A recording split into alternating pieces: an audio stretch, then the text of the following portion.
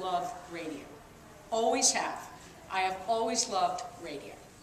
And if you think about when you grew up and you lived in a town that had your radio station and your DJ, that was really special, that you had your radio, your local radio personality that made the market special. And unfortunately, one of the reasons I left in 2006 was because I saw a tremendous change coming in the industry in general.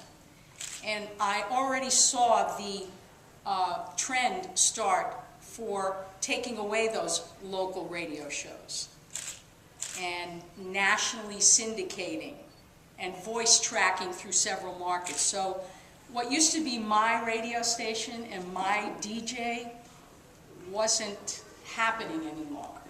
But what internet radio has done is brought back the opportunity for people to go on and create their own unique content on the radio.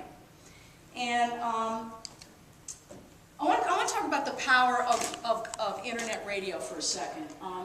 Radio is a very iconic media. Most people have grown up listening to the radio in this lifetime. It's, the power of listening. It's a different process when you are listening. It's a theater of the mind. I mean, if somebody's speaking to you on the radio, and it creates an image in your head. You have the ability to multitask while you're listening.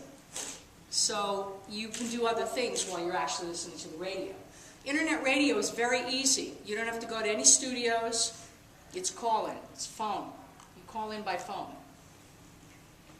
And this particular radio product, Blog Talk Radio, archives all of your podcasts on your homepage, and you can link it to iTunes. So all of your episodes are archived and can be downloaded, and I'm going to get into that in a second, but that's the key. It's not about 5,000 people tuning in for your radio show at a particular time. It's about maybe a few people tuning in, but then it's about people finding the content that they're interested in that you're presenting and downloading the show on their own computer and listening to the show at their leisure.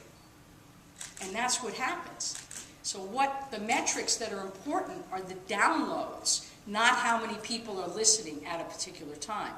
And I will tell you that my shows, the downloads continue to increase. You'll have a flurry the first 30 to 45 to 60 days, but then I have shows I've done 6, 7, 8 months ago that still are getting downloaded. So people are looking for this content and looking to download it on their computers. And it's a tremendous tool for branding and creating authority. And, first of all, I want to say how much I enjoyed Barbara's presentation and how much, talking about LinkedIn. These are the tools of our times. These are the tools that are going to make you successful. We have to really embrace what it's going to take right now to be successful in business. And you have to combine not only the traditional things, but the new medias into your business in the best way that you can to expand your reach and build your authority and build your brand. And I have to say, Allison, you really blew my socks off, because I've been talking about inspiring the sale and not pushing the sale as well for the last year or two with people. The whole sales process, we have to sell. Without sales, there is no business. We are moving goods and services. But how we do it, the approach that we take, is very different today than it's ever been before.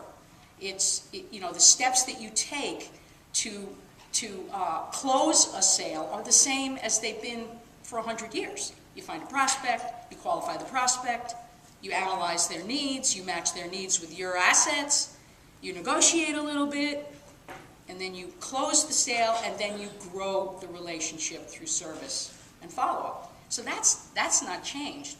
But the approach that we use to sell today has shifted from sales-centric, or selling the product first, to serve-centric, and building our authority and our brand and our expertise.